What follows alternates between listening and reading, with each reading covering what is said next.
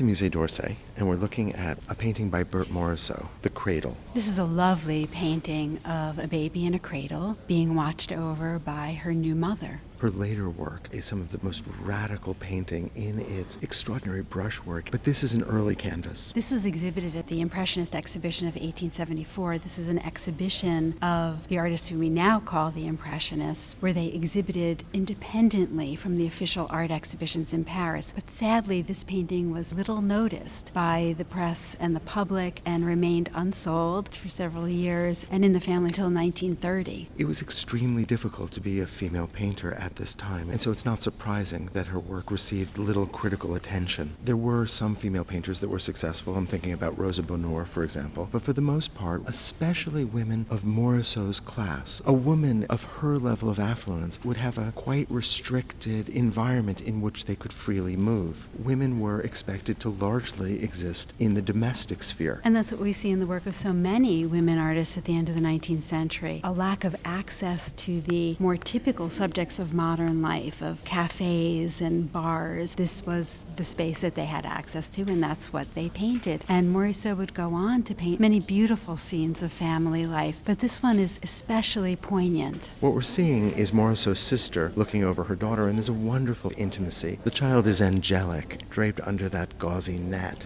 and Morisot's sister looks down at her with a gentle concern that is really moving and beautiful. It recalls for me images of Mary holding the Christ child, but in those cases Mary holds the Christ child on her lap. Here we have a very modern domestic setting with a cradle and a lovely interior in the background with a curtain, and we have a sense of a modern woman in modern dress. Her lowered eyelids, the chin that rests on the hand, the other arm that comes forward foreshortened across the cradle suggests a contemplation about the serious responsibilities of motherhood, but also the incredible affection of motherhood. The fact that this is seen worthy as a subject for a painting is also a reflection of the growth of the idea of the middle-class family in the 19th century, that the domestic space was a protected space, an insular space. And I think we see that here. Not only is the child enveloped in that gauzy material, but Morisot's sister herself is enclosed. On one side of her, she has the diagonal of that gauze, above another diagonal formed by the curtain, and to the left, the edge of the painting. So she is also rather locked into this domestic space. I want to spend just a moment looking at the brushwork. Although there are some fine linear passages that are almost drawn, for instance, the fine locks of hair that fall down the woman's temple, much of the brushwork is quite loose and anticipates Morisot's later style. Look, for example, at the pink fringe at the edge of the netting, or the way in which the collar of the woman is rendered. There's a beautiful looseness here that shows Morisot's extraordinary facility with paint. Virtuosity is what comes to mind when I think of Morisot and the handling of paint. I notice it also in the white touches of paint that form the top of the curtain, or even in her sleeve, those quick circular movements of paint that suggest the texture of her dress. And then there's choices that Morisot makes in terms of where our attention is going to fall. Look at the way in which the woman's fingers are painted so flatly. The upper parts of the fingers, which are foreshortened, are virtually not articulated at all. All that she's chosen to give us is the flat planes of the fingers that are exposed directly to us. I love those fingers, their slight sense of fidgetiness.